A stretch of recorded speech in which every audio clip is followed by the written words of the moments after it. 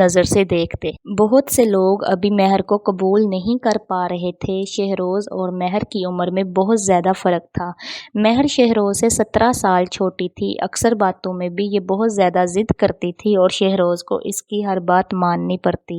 مہر ابھی ابھی سو کر اٹھی تھی۔ اسے گل بہار کہیں بھی نظر نہیں آ رہی تھی۔ مہر اپنا لباس تبدیل کرنے کے لیے اٹھی اور الماری کھول لی۔ الماری کے اندر سے نیچے والی جگہ پر ایک پھول پڑا ہوا نظر آیا۔ مہر نے یہ سفید رنگ کا پھول دیکھا تو اس نے سمجھا کہ شاید شہروز یہاں یہ رکھ کر گیا ہے، کیونکہ شہروز اکثر اوقات اس کے لیے پھول لے کر آتا تھا۔ اس سفید پھول میں کچھ عجیب سا تھا۔ پتیوں کے درمیان کالے رنگ کے دھبے تھے۔ مہر پہلے تو اس پھول کو دیکھ کر حیران ہوئی، پھر اس نے تجسس سے اس پھول کو اٹھا لیا، مگر اس نے جیسے ہی یہ پھول اٹھایا اس کے ہاتھ سے روشنی نکلی۔ یہ کیا ہوا؟ مہر نے پھول کو اٹھا کر دیکھا۔ مہر نے اس بات کو عام سا تصور کیا، کیونکہ شہروز اکثر جو پھول مہر کو دیتا تھا ان پھولوں کے اندر سے روشنی نکلا کرتی تھی، یا اکثر تتلیاں۔ اس لیے مہر نے اس بات کو عام سا تصور کیا۔ اس پھول کو الماری سے نکال کر باہر رکھ دیا ٹیبل پر۔ سلطان کو ایک جھٹکا لگا، اس کے چہرے پر مسکراہٹ آ گئی۔ مہر نے پھول کو ہاتھ لگایا تھا، اس کا مطلب تھا کہ مہر تک رسائی اب ممکن تھی۔ شہروز نے مہر کی حفاظت کے لیے بہت سے کام کیے تھے، کچھ حدیں تھیں جن کو سلطان پار نہیں کر سکتا تھا، مگر اس پھول کو ہاتھ لگاتے ہی اب سلطان بآسانی مہر تک پہنچ سکتا تھا۔ اب مجھے آپ تک پہنچنے سے کوئی نہیں روک سکتا میری شہزادی، بہت جلد ہم ساتھ ہوں گے۔ اس دنیا میں اگر شہروز ہمیں ملنے سے روکے گا تو دوسری دنیا میں ہم ساتھ مل جائیں گے۔ سلطان نے اپنے ہاتھ سے نکلنے والی روشنی کو دیکھا، پھر قہقہا لگا کر ہنسا۔ مہر اس وقت دربار میں شہروز کے ساتھ بیٹھی تھی۔ ایک مسئلہ زیر بحث تھا۔ مہر سب باتیں غور سے سن رہی تھی، پھر اس نے اپنی بات شروع کی اور سب کے فیصلے کی مخالفت کی۔ آپ ہمارے معاملات سے دور رہیں رانی صاحبہ، آپ انسان ہیں اور ہمارے معاملات کے بارے میں آپ کیا جانیں؟ آپ کے پاس کوئی طاقت بھی نہیں ہے جو مشکل وقت میں کام آئے، تو اس لیے اس لمحے ہم سب کے کام آئے۔ ایک وزیر نے مہر کی بات کاٹی اور اسے سنانے لگ گیا۔ خاموش، تمہاری ہمت بھی کیسے ہوئی رانی صاحبہ سے اس قسم کے سوالات کرنے کی؟ کیا ہم نے کبھی تم سب سے تمہاری طاقت کے بارے میں سوال کیا؟ یہاں ایسے بہت سے لوگ ہیں جو اپنی طاقت استعمال نہیں کر سکتے۔ کیا ہم نے کبھی ان سے کہا کہ تم لوگوں کو ہمارے معاملات میں بولنے کا اختیار نہیں؟ شہروز کی دھار پر سب لوگ خاموش ہو گئے، مگر بادشاہ سلامت رانی صاحبہ انسان ہے اور یہ خود کی بھی حفاظت نہیں کر سکتی۔ آپ جانتے ہیں نا کہ ہماری ریاست میں جو رانی ہوتی ہے وہ بادشاہ کی غیر موجودگی میں اپنے لوگوں کی ہر طریقے سے مدد کرتی ہے۔ رانی صاحبہ کو ہمارے امور کا علم نہیں ہے، نہ ہماری روایت کا۔ تم سب رانی صاحبہ کی صلاحیتوں پر سوال اٹھاؤ گے؟ ایک وزیر سب کے درمیان بولا۔ ہم سوال نہیں اٹھا سکتے، صرف اتنا کہہ سکتے ہیں کہ جو فیصلے ہمارے اپنے لوگ لے سکتے ہیں وہ رانی صاحبہ نہیں لے سکتی۔ مہر سب کی باتوں کے درمیان خاموش بیٹھی تھی اور اس کی آنکھوں سے آنسو نکل رہے تھے۔ مہر کو نہیں معلوم تھا کہ ان سب لوگوں کی باتوں کی وجہ سے اسے دکھ ہو رہا ہے۔ شہروز نے مہر کو دیکھا، پھر اس کا ہاتھ تھاما۔ اپنے حق کے لیے آواز اٹھائیں۔ میں ہمیشہ آپ کے ساتھ موجود نہیں رہوں گا مہر، ان لوگوں کو جواب دینا اب آپ کا کام ہے۔ شہروز نے مہر کا ہاتھ دبایا۔ مہر نے اپنے آنسو صاف کیے۔ جو معاملہ زیر بحث تھا وہ یہ تھا کہ شہروز کی ریاست کے کچھ لوگوں کی زمینیں دوسری ریاست کے لوگوں نے لے رکھی تھیں اور اسی بات پر کافی عرصے سے لڑائی چل رہی تھی۔ سب اس بات کو ختم کرنا چاہتے تھے۔ یہ بات اگر دوسری ریاست کے ساتھ آگے جاتی تو معاملے بگڑ سکتے تھے، اس لیے مہر نے مشورہ دیا کہ دوسری ریاست کے بادشاہ سے شہروز خود بات کرے اور اس معاملے کو ختم کرے، بجائے عام لوگ اس میں شامل ہوں اور عام لوگوں کے لیے مشکلات کا سبب بن جائے سب کچھ۔ مہر کی آواز پورے دربار میں گونجی۔ میری بات سے جس کو اعتراض ہے وہ اس کی وضاحت دے کہ میری تجویز میں کیا غلط ہے۔ کیا ہر معاملے کو غصے سے ہی حل کرنا چاہیے یا جلد بازی میں جس سے سب کا نقصان ہو؟ ہمارے ساتھ ہم اکیلے نہیں ہیں، بہت سے لوگ ہیں۔ مجھے کوئی وضاحت دے گا کہ میری بات میں کیا چیز غلط ہے؟ رانی صاحبہ، کبھی کبھار ہمیں سخت فیصلے لینے پڑتے ہیں۔ ٹھیک ہے، کبھی کبھار ہمیں سخت فیصلے لینے پڑتے ہیں، مگر کبھی کبھار تحمل کا مظاہرہ کرنا ہمیں بہت سے نقصانات سے بچا سکتا ہے۔ دوسری ریاست کے بادشاہ سے آرام اور سکون کے ساتھ یہ معاملات طے پا جائیں تو بہتر نہیں ہے کیا؟ کیوں چاہتے ہیں آپ لوگ کہ ایسا کچھ ہو جس سے ہم سب کو نقصان ہو؟ میں مانتی ہوں کہ میں انسان ہوں، آپ سب کی طرح نہیں ہوں، مگر تو دماغ تو ہے نا میرے پاس، اور میری سوچ آپ سب کی طرح ہی ہے۔ میں آپ سب کی رانی ہوں۔ آپ سب کی بھلائی کا سوچنا میرا فرض ہے۔ مجھے آپ سب کے نقصان سے فرق پڑے گا اور میری آنے والی اولاد کو بھی، اس لیے آپ لوگوں کا مجھے بھی سوچنا ہے۔ کسی کو اعتراض ہے میری بات سے تو وہ وضاحت کر دے کہ میں کہاں غلط ہوں، میں اپنے فیصلے سے ہٹ جاؤں گی، ورنہ ایک رانی ہونے کی حیثیت سے میں کسی کو یہ حق نہیں دیتی کہ وہ میری بات پر سوال اٹھائے۔ مہر کی بات پر شہروز نے اسے دیکھا اور مسکرایا۔ مہر کا دماغ سچ میں بہت تیز کام کرتا تھا، اور ساتھ مہر نے جواب دے کر سب کو یہ ثابت کر دیا تھا کہ اسے رانی بنانے کا فیصلہ بالکل درست تھا۔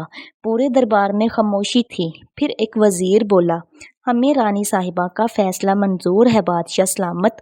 آپ جب کہیں گے دوسری ریاست کے بادشاہ کو پیغام پہنچا دیا جائے گا کہ وہ آپ سے ملاقات کریں۔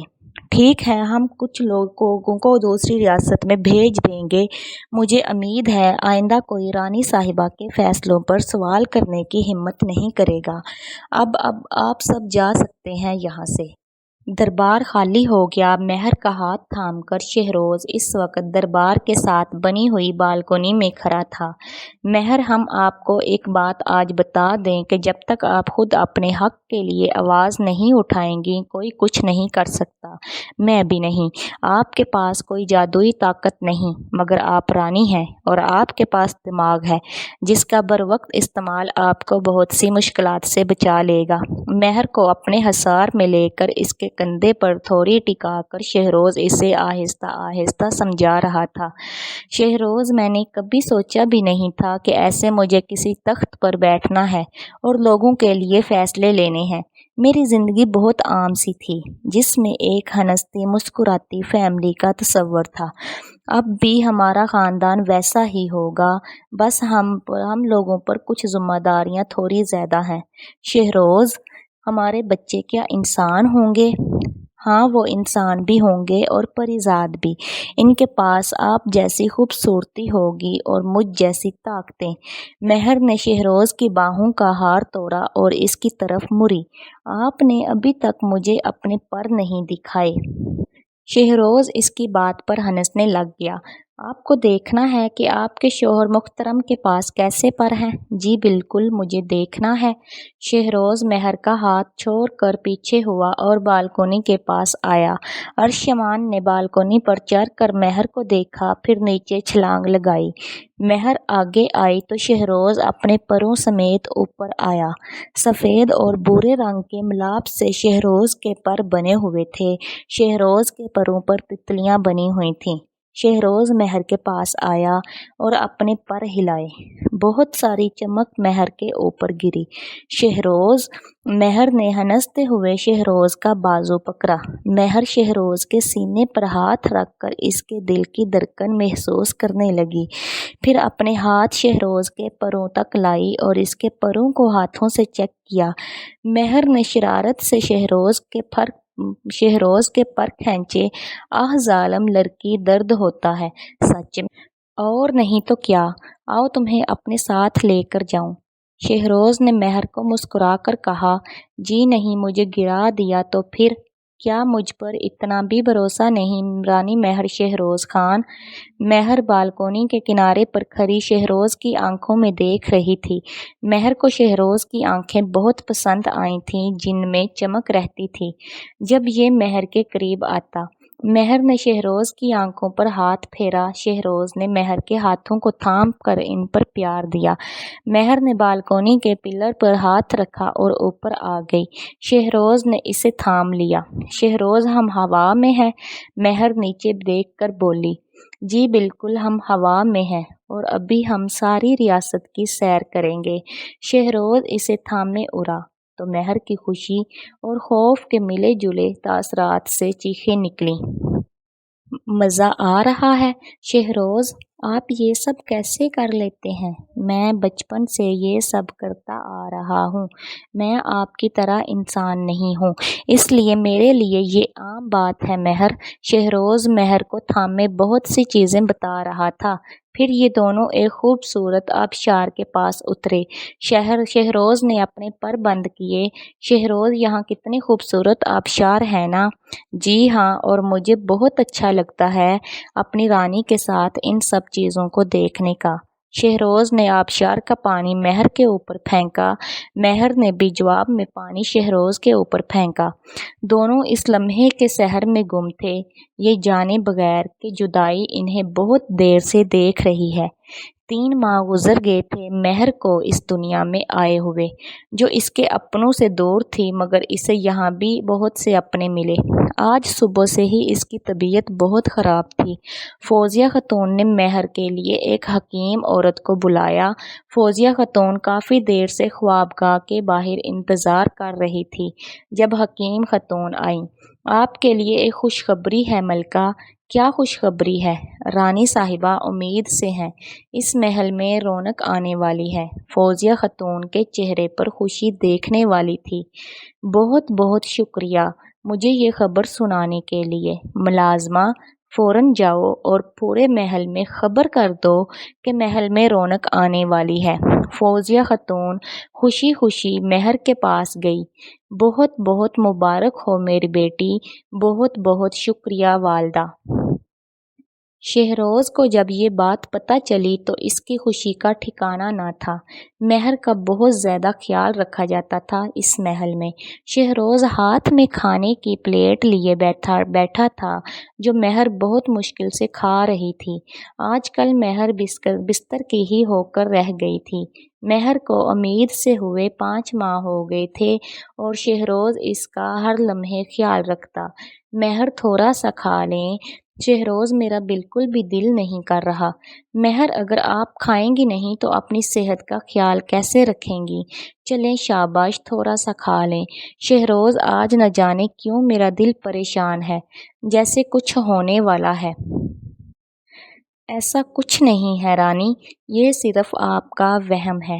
نہیں شہروز، مجھے لگتا ہے کچھ غلط ہے۔ مہر، آپ شاید اپنے گھر والوں کو یاد کر رہی ہیں۔ ہم جائیں گے وہاں جب ہمارا بچہ اس دنیا میں آ جائے گا، تب تک کے لیے آپ آرام کریں۔ شہروز مہر کو کھانا کھلا کر چلا گیا۔ مہر بہت آرام سے سو رہی تھی جب اسے محسوس ہوا کہ اس کے پاس کوئی آیا ہے۔ اسے لگا شہروز ہے۔ آنے والے نے مہر کی آنکھوں پر ہاتھ رکھا۔ مہر نے یہ ہاتھ ہٹایا تو سلطان اس کے سامنے کھڑا تھا۔ سلطان؟ ہاں شہزادی، آپ کا شہزادہ سلطان۔ سلطان نے مہر کی آنکھوں پر دوبارہ ہاتھ رکھا اور وہ بے ہوش ہو گئی۔ سلطان نے مہر کو اٹھایا اور اس محل سے چلا گیا۔